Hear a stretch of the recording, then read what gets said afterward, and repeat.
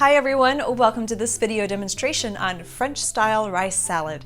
This comes from Mark Bittman's How to Cook Everything Vegetarian. In this book, he includes a chart of a dozen variations of rice salad, and today I'm showing one variation, but I'm highly intrigued with the extensive options. Please remember to give this video a thumbs up if you find it helpful. So we'll start with cooking rice. So I'll boil 4 cups of water and then add 2 cups of rice. I'll bring it back up to a boil and then reduce it to a simmer and leave it there covered for 18 minutes. After 18 minutes, this is what my rice looks like. It's ready to go, so I'll put it in the fridge to cool down. Now I'll start prepping the other vegetables. To make this French style, I'll chop 2 tablespoons of shallots, which can be as chunky or as minced as you like, and a handful of radishes. Again, to your preferred consistency, you can slice them or dice them.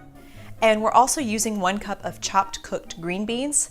Now to cut down on my prep time, I just bought a bag of frozen chopped green beans. So I'm letting them thaw, and then I'll squeeze out the water and just pour the thawed green beans into the salad.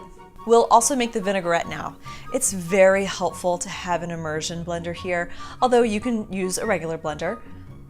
Like the rice salad itself, there are many variations on a basic vinaigrette, and here I'm going to make a mustard vinaigrette variation.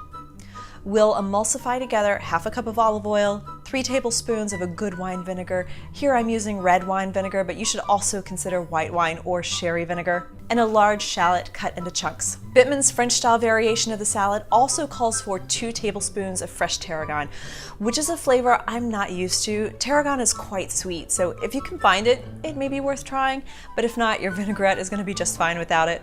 And since I'm not adjusted to the tarragon flavor, I should have used less and gradually added more until I found a place I was comfortable. And once I made this all together, I added some Dijon mustard. The tarragon was still slightly overwhelming, so I added more Dijon mustard to balance it all out. So let's mix it all together. Mix the dressing in just a little at a time and taste it as you go along. You want to find a point where the salad and the dressing are equal in flavor. And if at any point it tastes out of balance, meaning you notice one flavor more than the other, then now is the chance to add more mustard or add more oil and bring it to a point where you feel you can enjoy it. It's a bit of a freestyling here, and this experience will build your confidence in learning your taste.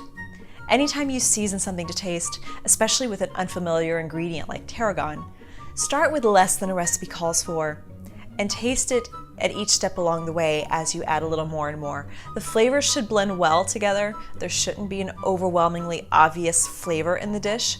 There are exceptions to this rule, but in this rice salad, there is no star of the show.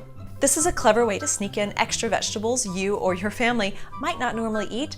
I think you'll enjoy the flexibility of the rice salad variations in this book. They will serve you well during the spring and summer. So take a look at my blog, jennagedwards.com, for more details, and give this video a thumbs up if you found it helpful. Thank you for being here. I'm Jenna Edwards, your cooking companion.